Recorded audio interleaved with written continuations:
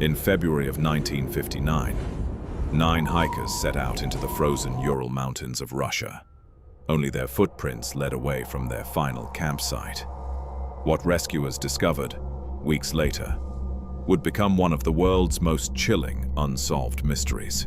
Even today, no one knows exactly what happened on that mountain. This is the true story of the Dyatlov Pass Incident. The expedition was led by 23-year-old Igor Dyatlov, an experienced hiking leader and radio engineering student.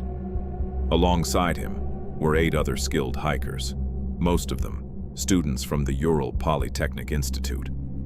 Their goal was to complete one of the Soviet Union's most difficult winter expeditions, crossing hundreds of kilometers through the unforgiving wilderness, toward a mountain called Otorten. On January 23, 1959, the group began their journey.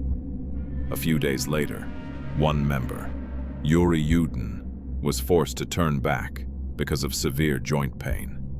It was a heartbreaking goodbye, but none of them could have imagined it would be the last time they would ever see each other. The remaining 9 continued deeper into the mountains, battling freezing temperatures, powerful winds, and endless snow. Eventually, they reached the slopes of Kholat Shakal, a mountain whose name, in the local Mansi language, translates to Dead Mountain. On the evening of February 1st, exhausted from the storm, they decided to pitch their tent directly on the exposed mountainside instead of moving down into the shelter of the forest. It seemed like a practical decision, one that would save time the following morning. Photographs recovered from their cameras later showed the group smiling, preparing dinner, and settling into camp. Those images would become the last known photographs ever taken of them alive. Weeks later, rescue teams finally located their campsite. The tent had collapsed under snow, but something immediately caught investigators' attention. The canvas had been cut open from the inside, in several places, suggesting the hikers had escaped through the fabric instead of using the entrance. Outside the tent, investigators discovered a line of footprints leading away toward a distant forest. Some prints were made by bare feet, others by socks, and one appeared to belong to someone wearing only a single shoe. Strangely, the tracks weren't chaotic. They showed the group walking, not running. At the edge of the forest stood a massive cedar tree. Beneath it were the first 2 bodies, lying near the remains of a small fire. Broken branches high in the tree suggested someone had desperately climbed upward, perhaps trying to see what was happening back on the mountainside. Farther uphill, rescuers found 3 more members of the expedition. They appeared to be trying to return to the tent when they collapsed in the freezing darkness. The remaining 4 hikers were discovered months later, after the spring snow began to melt. They were found deep inside a ravine.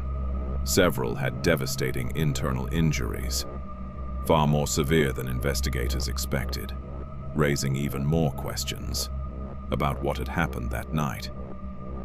The investigation uncovered even stranger details. Some hikers were wearing each other's clothing, suggesting the survivors had tried to stay alive by using whatever warm clothes remained. Makeshift bandages showed that some members had cared for one another before they died. After months of investigation, Soviet authorities closed the case with a vague conclusion, stating only that the hikers had died because of a compelling natural force. No detailed explanation was ever provided, and many documents remained classified for decades. Years later, another mystery emerged. Traces of unusual radiation were reportedly detected on some of the hikers' clothing.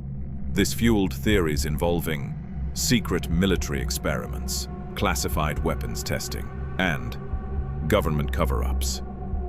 Other witnesses also reported mysterious glowing orange lights, moving silently across the night sky. around the same time the expedition disappeared. Whether these sightings were connected remains unknown. In recent years, scientists proposed that a rare delayed slab avalanche may have triggered the initial panic, forcing the hikers to flee their tent. While this theory explains some of the physical evidence, it still leaves several important questions unanswered. Why did experienced hikers cut open their own tent? Why did they leave behind warm clothing in deadly temperatures? And why did the group separate instead of staying together? More than 65 years later, the Dyatlov Pass Incident remains one of history's greatest unsolved mysteries. Despite decades of investigations, scientific studies, and countless theories, no single explanation has answered every question.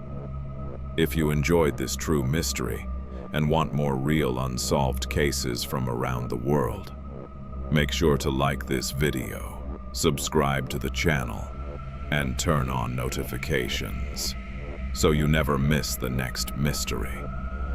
Because sometimes the truth is far more terrifying than fiction.